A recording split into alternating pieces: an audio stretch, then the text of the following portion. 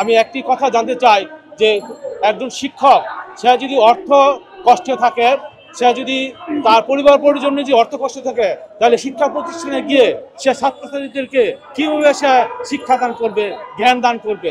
আমি মোহাম্মদ শরীফুল ইসলাম, আমি গাজীপুর কালীগঞ্জ থেকে আসছি, জামালপুর কলেজের সহকারী অধ্যাপক ম্যানেজমেন্ট বিভাগে। আমরা গত মাসে এই 12 তারিখে আমরা একটি বিশাল সমাবেশ, শিক্ষক সমাবেশ করেছিলাম। সেই শিক্ষক সমাবেশের পরে আমাদের একটি প্রতিনিধি দল অর্থ উপদেষ্টা এবং শিক্ষা উপদেষ্টার সাথে সৌজন্য সাক্ষাৎ করেছিলেন। সেই সাক্ষাতে তারা আমাদের যে মূল দাবি ছিল সেই দাবিটি 20% এবং চাকরি জাতীয়করণ এবং অন্যান্য চিকিৎসা ভাতা সহ এগুলো দাবি করেছিলেন। উনি আমাদেরকে আশ্বাস দিয়েছিলেন যে 20% বাড়ির ভাড়া ভাতা আমাদেরকে প্রজ্ঞাপন জারি করবে।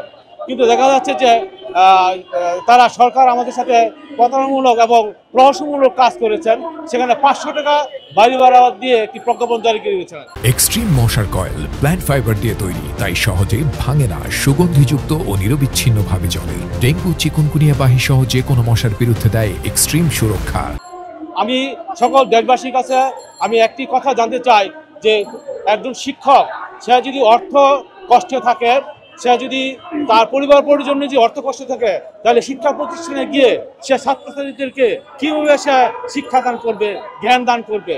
তার যদি অর্থনৈতিক সমস্যা নিয়ে সারাক্ষণ এটি নিয়ে চিন্তা করে, ভাবে যে আমি সংসার কীভাবে চালাবো, এইটা নিয়ে যদি তার চিন্তা করতে হয়, তাহলে তাকে আসলে শিক্ষা দেওয়া যায় না।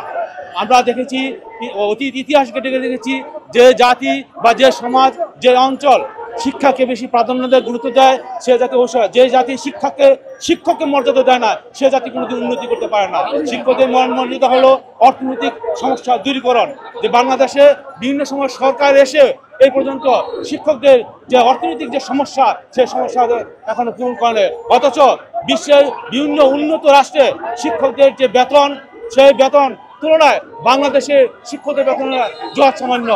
আমি সবার কাছেও উদারত আহ্বান জানাচ্ছি, শিক্ষকদের অর্থনৈতিক সমস্যা দূরীকরণ করে চাকরি জাতীয়করণ করে শিক্ষা ব্যবস্থাকে আমূল ঢেলে সাজানো হোক বলে ধন্যবাদ জানাচ্ছি।